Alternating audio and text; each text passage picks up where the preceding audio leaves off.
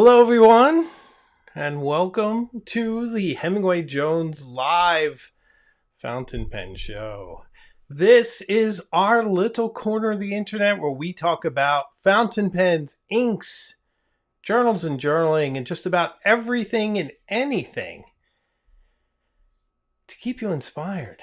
Well, lots of drama right before showtime. My ring light decided to die. I'm not sure how. It just did. And we're going to have to improvise with lighting this evening. But we're not going to let that hold us down.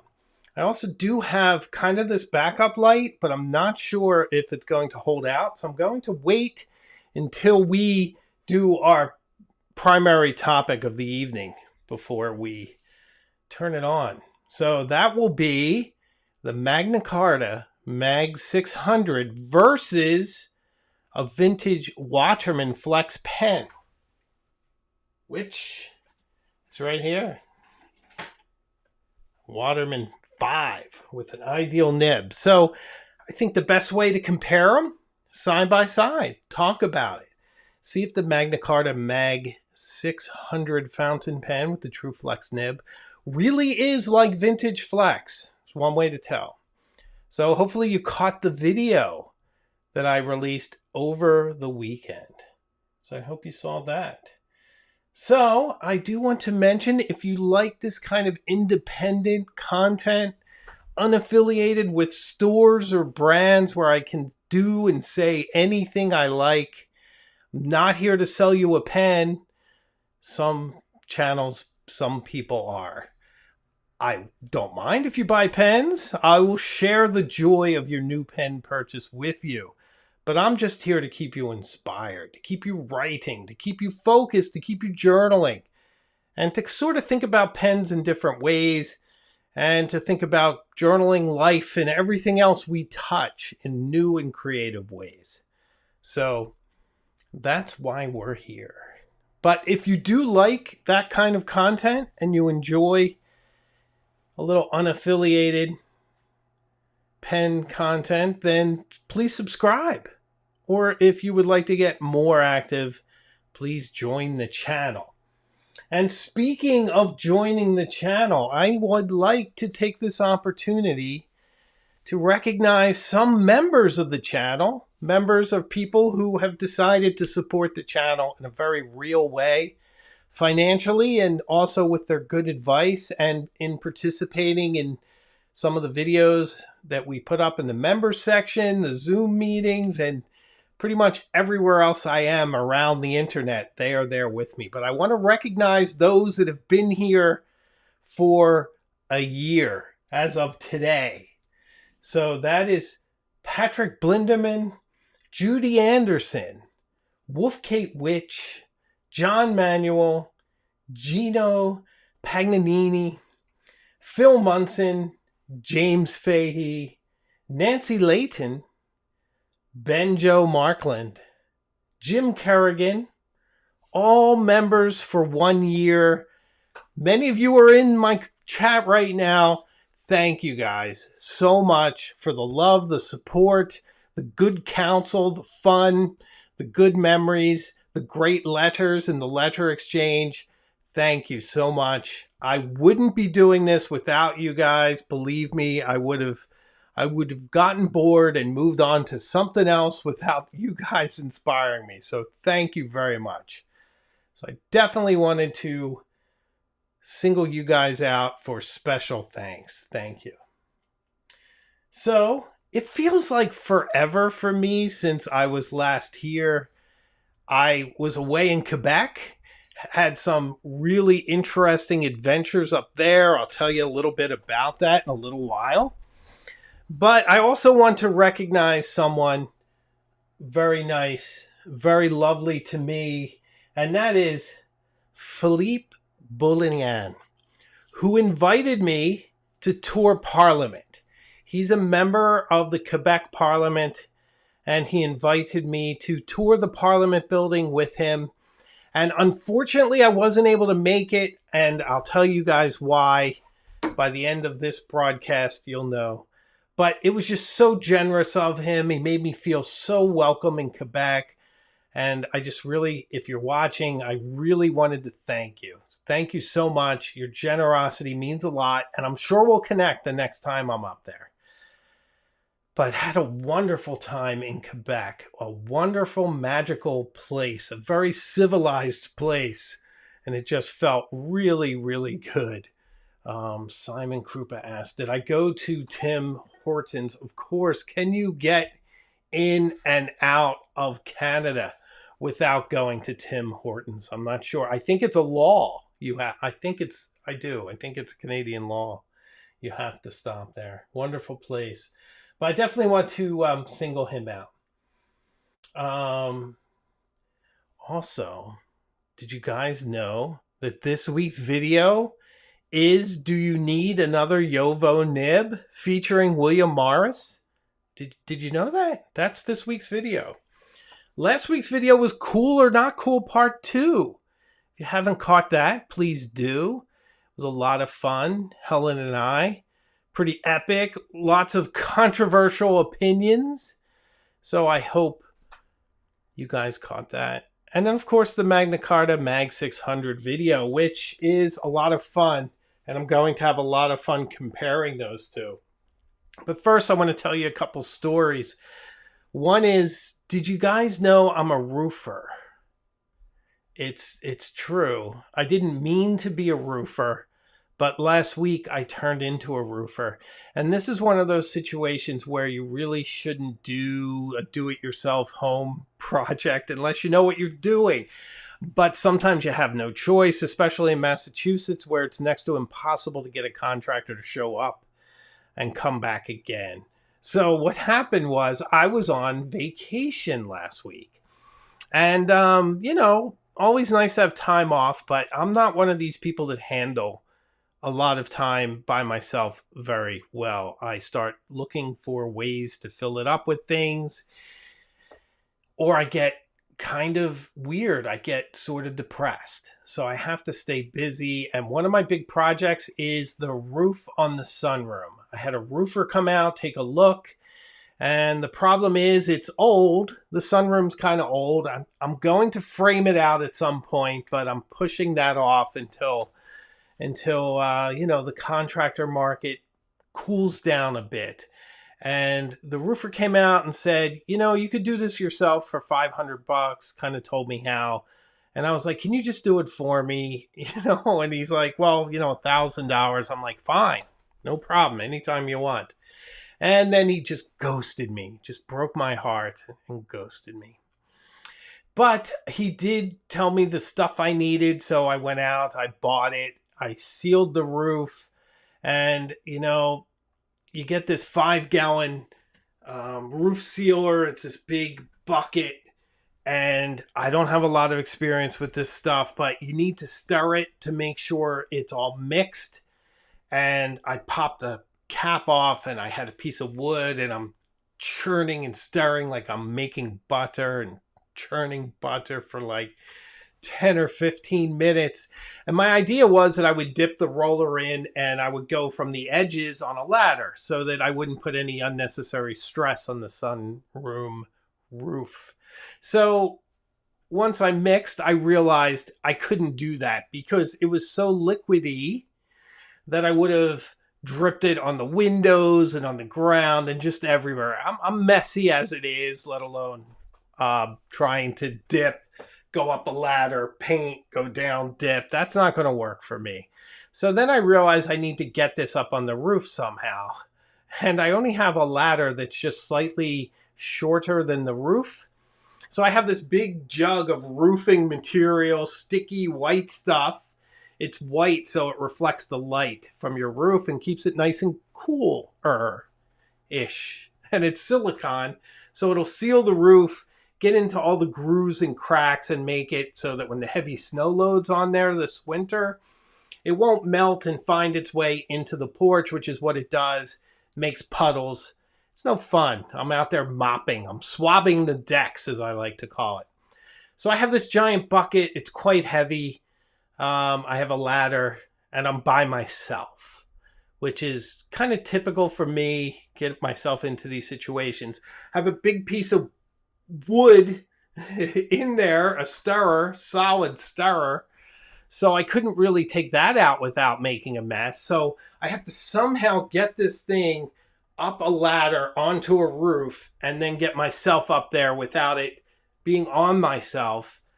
And it's quite heavy. And some of you guys might know that I have an issue where my right arm is basically numb.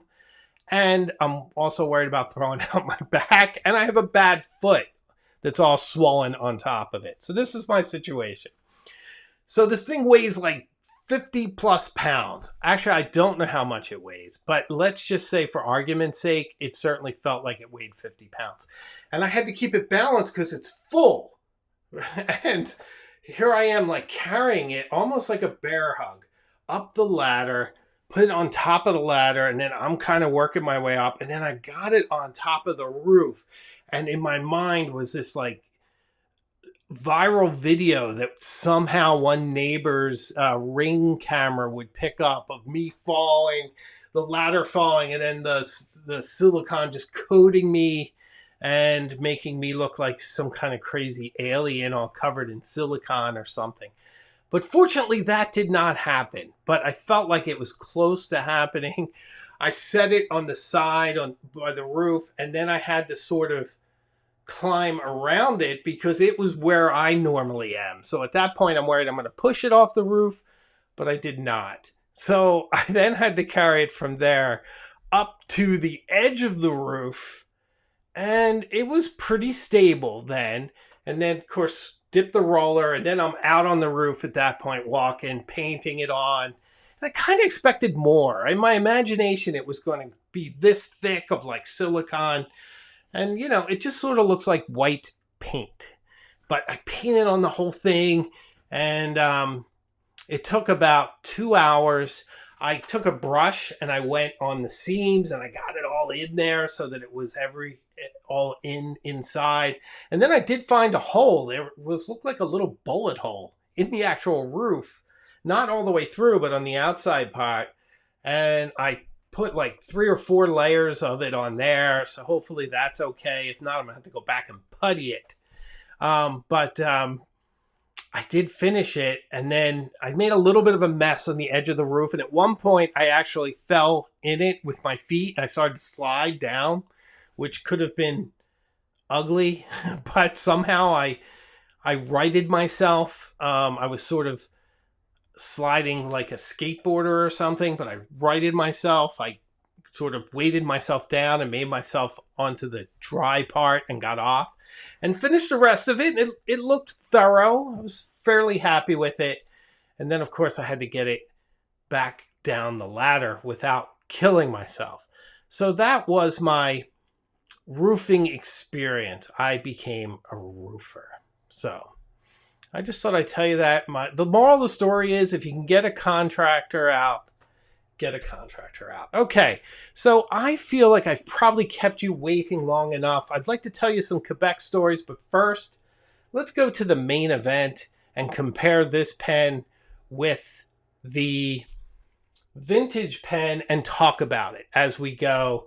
And I'll also tell you a little bit more about my experience with it, because now I've had it. For how long have I had it? I'm in this weird time warp because you don't measure time the same when you're on vacation. I got back. I've been at work for 2 days, but just being in Quebec in a totally different change of scenery. And in Quebec, you measure time by croissant. You measure it in like, okay, it's time to go get a croissant and some coffee and hang out at Pollard's and maybe, you know, have some nice conversation and all that. So that's how I was thinking of the world then. So I'm trying to remember when my mag, I do remember now. It actually came right before I left. It came on Tuesday. So I must have made the video when it first arrived, and I posted that on Saturday. And then Wednesday I took it with me. So I've had it for about a week.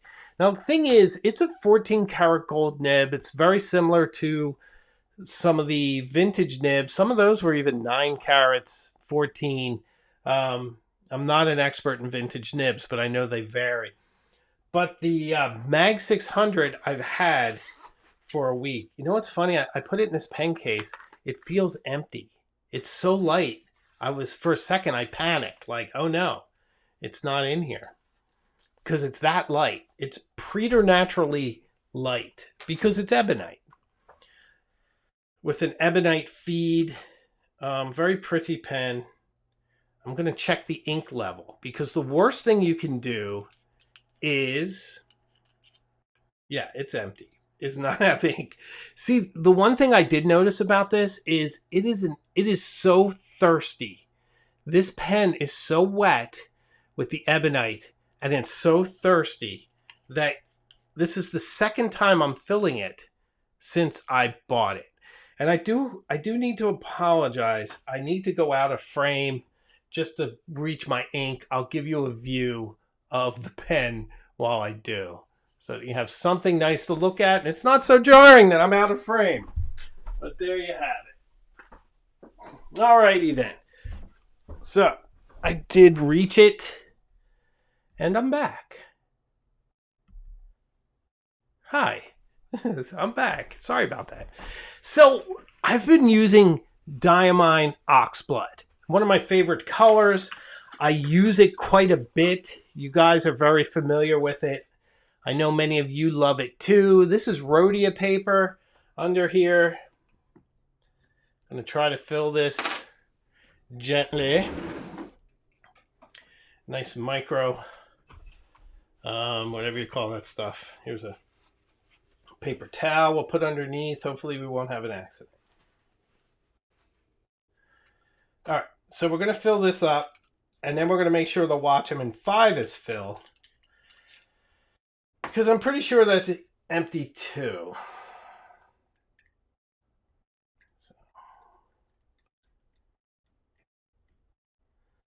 You know what? I'm going to try to turn on this extra light.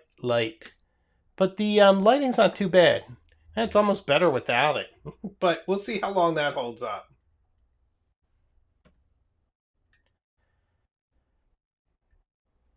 Okay. It's a pretty good fill. Pretty good fill, guys. So I'm going to clean this pretty thoroughly. I'm going to try to fill up the Waterman 5 with blue because we want to have some contrast. We don't want the same ink in both pens so that you guys can see like a difference at times. But boy, is this pen ink flowy. It's the most wet pen I've ever had. And it should be to keep up with the ebonite feed and the flexible nib. So there's just abundant ink here. Okay. So it is now ready. I'm going to get this out of the way. We're not going to use Diamine for the Waterman. I hopefully have enough Gerbon Eclat de Saphir in this bad boy, the Egyptomania inkwell. It's a little dry. It's a little dry. Okay. Might have to use a different ink. We will use Gerbon Griourage because it's here. The only problem is I'm not sure if my Waterman 5 is clean, but that's okay. We're just gonna wing it. Let me see if there's ink in here first of all. No, there's some. Okay. There appears to be ink in here. I don't know how much. We will wing it, and if we need to, we'll go back to the well. Okay. So now we are ready to compare these pens, Waterman 5, with an ideal red nib, lever fill. Not sure if it's an ebonite feed or not. So can't tell you for sure there. But on first comparison is the size, right? The Mag 600, of course, is quite large. Waterman 5 is very elegant and streamlined. Ooh, Allie J with some love for the Egyptomania inkwell. Thank you. Allie J won the journal from last week. Oh, I'm going to show you guys something else. Here's another one of my recent possessions. So I just got this in. Can you tell what that is? It's a gondolier, and there's Ponte Rialto in Venice. So I can't wait to use this on my letters to the Cognoscenti and Illuminati members. I think that's very appropriate for me. So I'm very excited. Lots of love for the inkwell. Thanks, guys. Thanks for the likes, too. I see the thumbs going by. I appreciate the likes. It helps the YouTube gods to give us some notice. Rob Morrison says, yes, it's an ebonite feed. Thank you, Rob. I appreciate it when I can use the wisdom of the chat room. Thank you. So, yes, we got an ebonite feed on this beautiful Waterman 5. And we have one here on this beautiful Mag 600. But a couple things to point out, and I think these are very important. One is that the Waterman 5 is elegant, but the nibs are close to the same size, which is surprising because in my imagination, the nib's a lot smaller. Now, it's narrower, but it's the same generally, just a touch smaller, right? But not significantly, like a 52.5, which is probably half the size of the Waterman 5. But, not significantly smaller. The tines are about the same length, but the Mag 600 is much pointier and more radically curved from the side to the middle. So those are the differences. Tipping, the Waterman 5 has more tipping. The Mag has tipping, and it's really quite smooth writing, not flexed, which is surprising. But it is. It's a very enjoyable extra fine when you're writing that way. But the Waterman 5 has more tipping. So let's get to writing, shall we? I think we shall. Now, these have been uncapped, so I might have a false start, but I might not because they're both pretty wet pens. So let's see what happens. Okay. Go into the comments here. Got to keep up with you guys. Thanks for the likes. I'm seeing likes. Thank you. Okay, I'm going to write the name of the pen. Now, generally with a flex nib, I don't have to tell you guys this, you kind of want to keep your flexing from up to down, sort of flat, so that you don't spring your tines or twist them. With the vintage nibs, like a 52.5, you can pretty much do anything with that nib and it'll be fine. But I get the feeling with the Mag 600, you just want to be careful of that. So this is a very pleasant experience.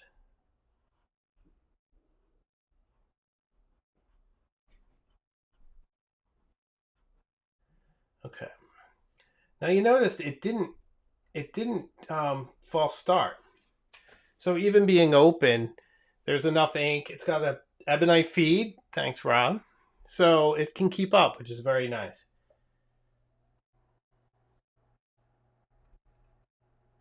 So this one,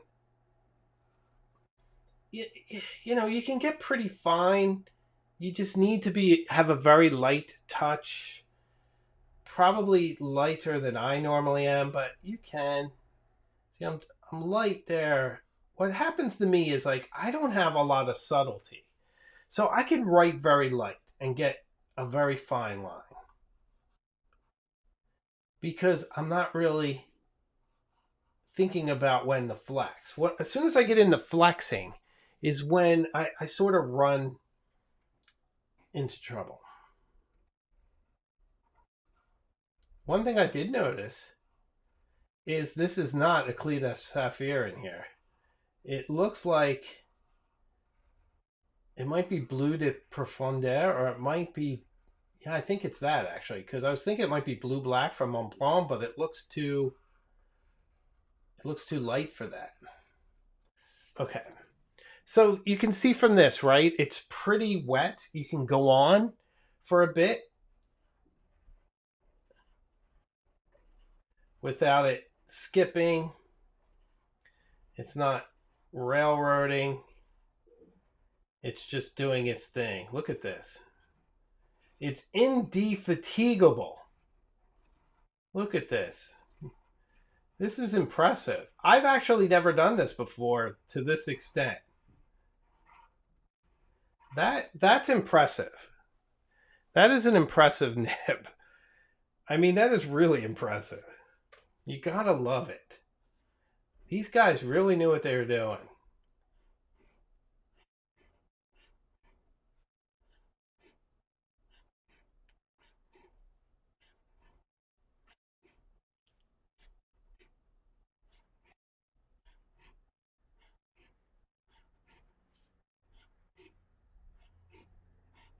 I'm waiting for it to railroad or skip or something. I want to see if I could make it across the entire page.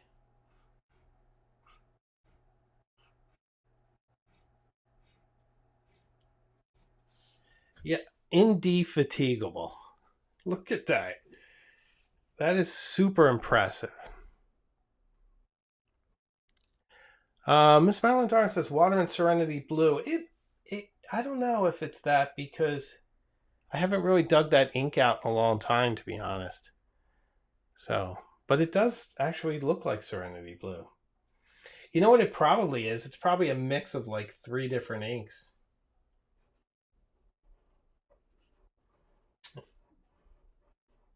It is it's not very dark on the page, whatever it is.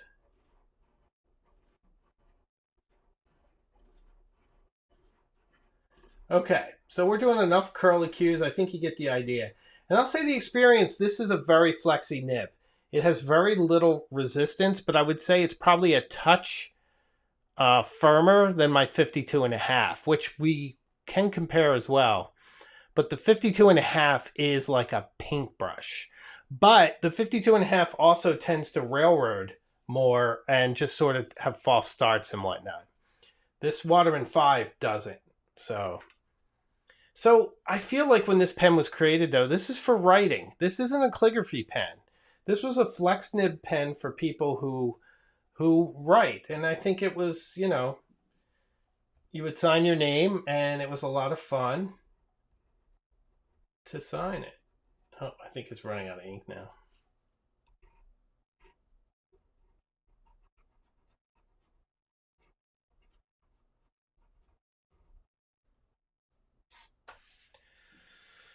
So, wasn't really designed for calligraphy per se. So everyone now, you can cringe because what I'm doing is I'm jamming this into my inkwell, and I'm going to fill it with whatever's the Eclita Sapphire that's in there. And it's going to mix together in the pen, and I'm not really going to feel bad about it.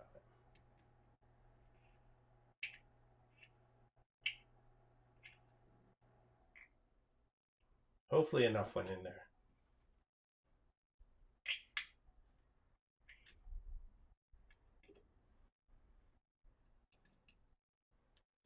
Sometimes I use my 52 and a half like a dip pen. I just think it's kind of fun. I just don't feel like this is bright enough for the experiment here.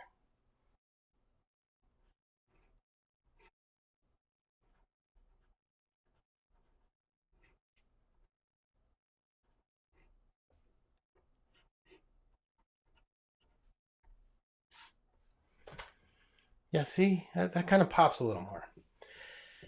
So this thing gets a lot of really good marks for just being really flowy and just brilliant.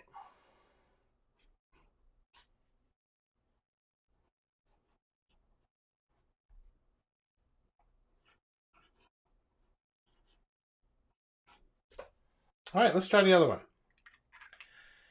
So this is fresh in my mind.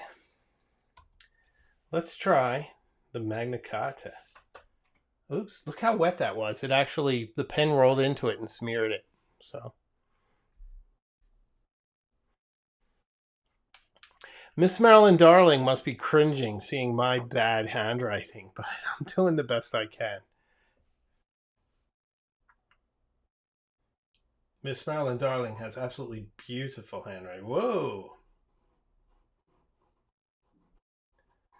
So, got a little messy there. But I did just fill it up, so I'm not going to hold that against it. Because, I mean, I use like an eyeglass wipe, and that's not the most absorbent when you're cleaning off a nib, but I'm trying to keep it nice.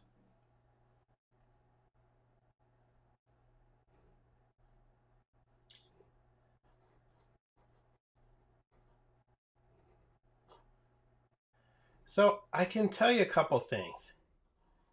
This is more flexy than the Waterman 5.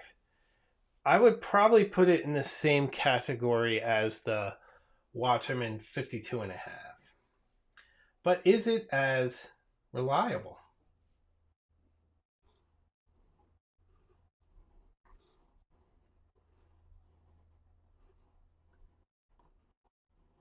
God, it makes such a great noise.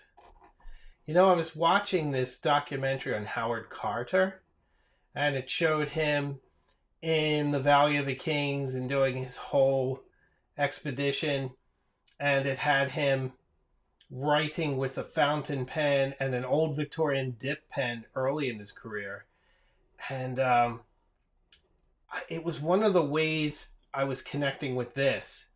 Being up in Quebec, I was journaling quite a bit. I mean, I had time to just sit down and journal one time for like 45 minutes with my family, chilling and having a nice time too in the same cafe. And this just connected me with like a vintage feeling. So that is a really, really amazing feed. Still open, by the way. Still open.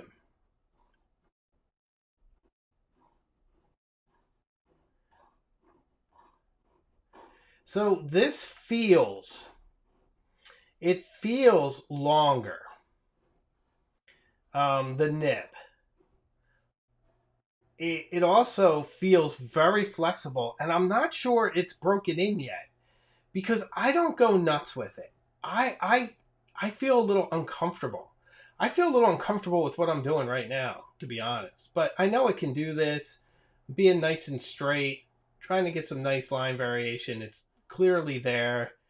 If you guys have talent and you don't have a numb right arm, imagine what you can do. Hey, there's a railroad. Fill that bad boy in. That could be my fault, but because I'm kind of at a weird angle by the time I got to the end. But look at that. I didn't cap it, and we did all that. That's very, very impressive. And it feels very, very flexy. Very flexy.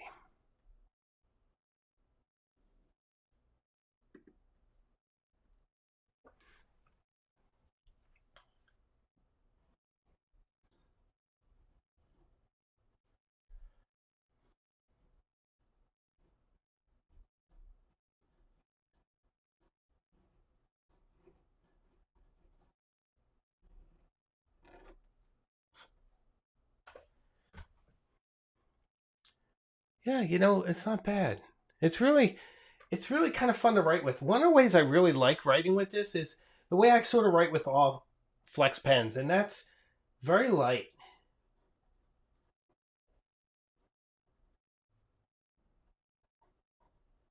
And then if I want to have a little bit of emphasis,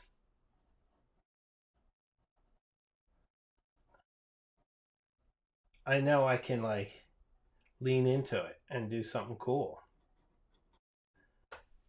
People who get letters from me will see me often write like this, where I'm like, dear. And then I want, like, say the person's name is Tom. I want to, like, make their name nice. So then, I'm doing a little bit of something like that to open the letter, and then I'm like writing more like myself.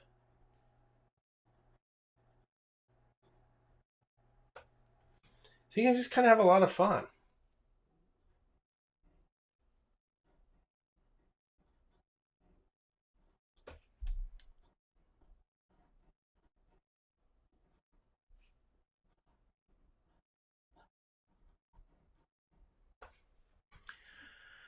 Yeah.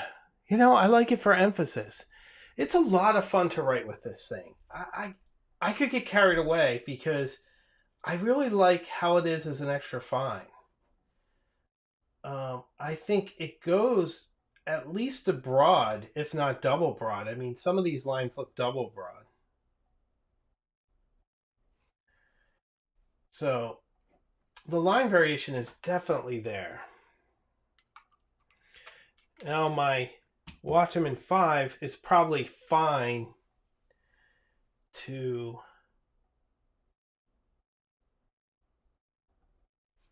double broad too, I would say. So they're very similar in what they can do. This feels a little stiffer after that. But it feels a little bit more controlled. This one is in brush territory. It's kind of like a big version of a 52 and a half, where you feel like you're brushing the paint on, which is cool. But I also feel like I want to be careful. I just don't want to mess anything up.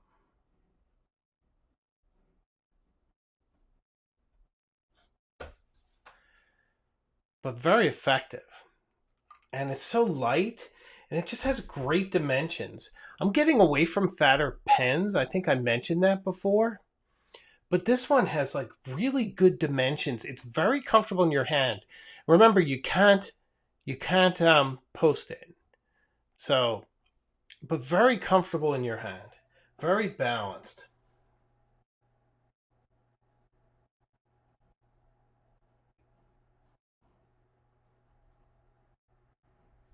Let's get some more paper.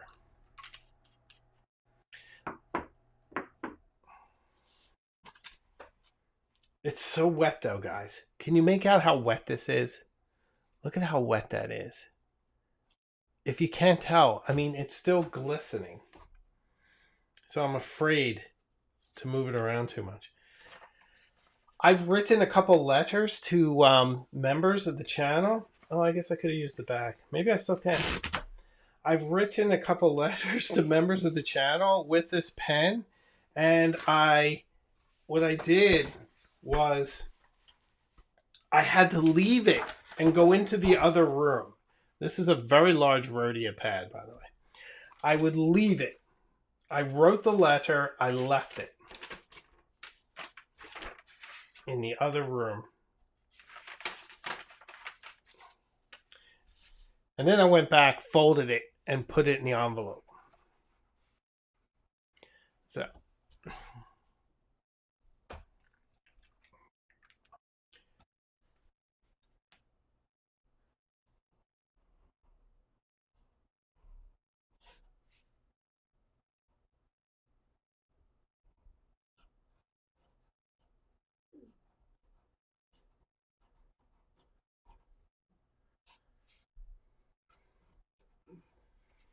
Waterman 5. Classic.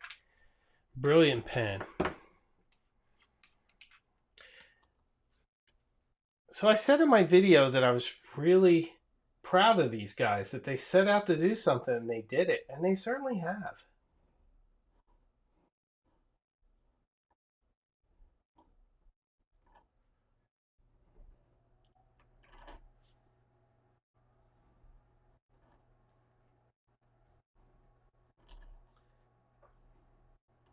Just a lot of people ask me for comparisons, so I wanted to get some up for you guys. So I hope you found this valuable.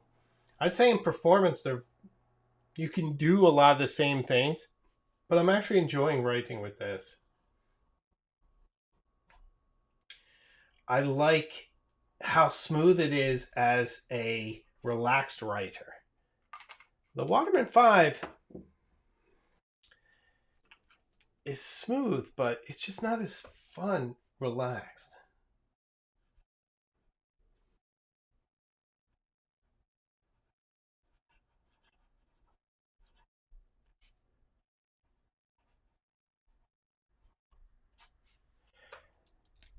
It looks more like a medium when you write with it relaxed, where the mag is more like an extra fine. For me to get the Waterman into extra fine territory, I really have to write lightly. So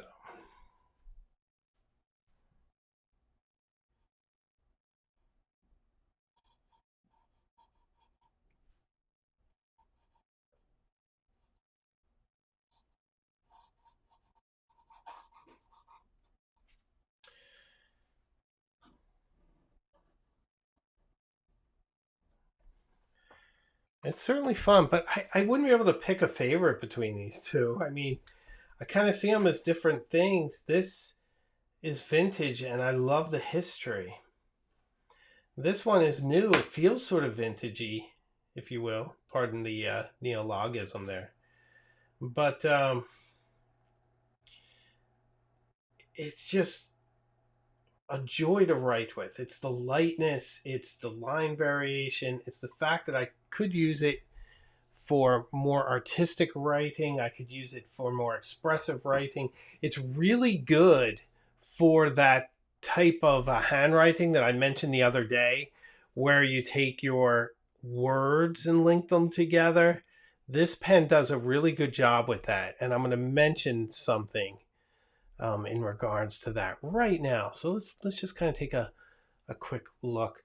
So what makes it really good for that style of writing we spoke about a few weeks back is that you can go fine to thin so that you can use that to link the words and hopefully lessen their impact. So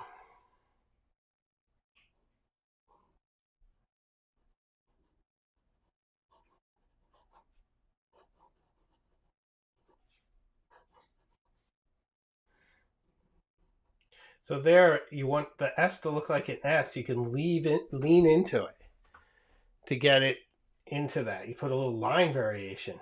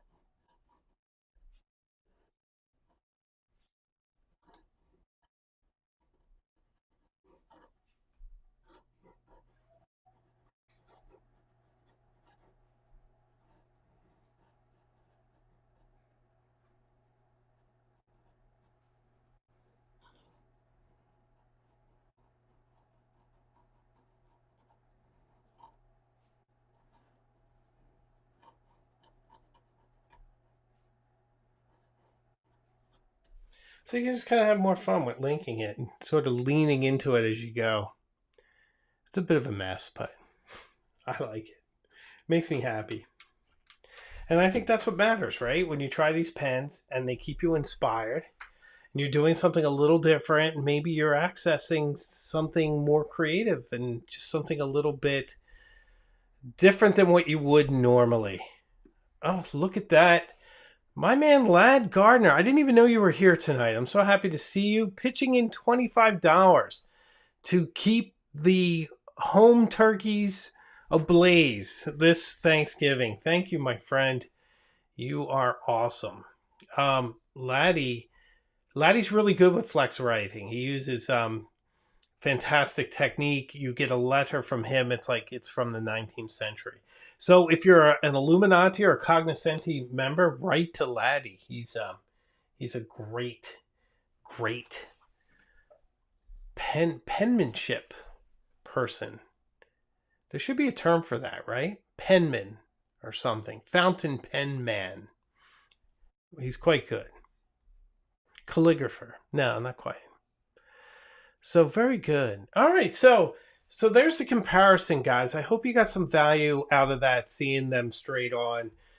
Um, I would say that it feels very similar, if a little bit more, um, a little longer on the tines with the Mag 600. Puts it in a little bit of Blue Dew territory in how it writes.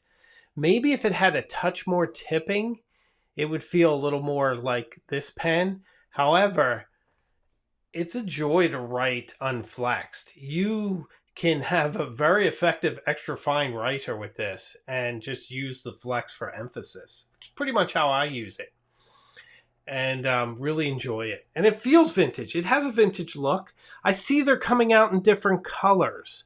I kind of wish I had known that. I would have preferred a different color than black and gold. But what can you do? What can you do? When you're an early adapter, what can one do? They'll probably put out in like a white. That would be really nice. So, Miss Marilyn Darling says, calligraphy is the art of writing beautiful. If you write beautiful, you are a calligrapher. So Laddie's a calligrapher, because he sure does. He sure does. So let me tell you a little bit about Quebec and how amazing it is to see a new place from the eyes of a 6-year-old. Seeing my daughter run around there and just engage with it, and just one of the really cool things that she did is on the way up, we talked to each other, and I said, let's make a promise to each other that we'll try new things. And she took it to heart, and the entire time that we were there, she's like, can I try that? So she tried creme brulee. She was eating chocolate brioche. She had a bit of pork that I had. I'm trying to think. Oh, she had a little French onion soup she tried. She was just a champ. And then she had me, like, she would give me a French fry, and she's like, Daddy, you want to try it? It's a new thing. I'm like, I kind of know what a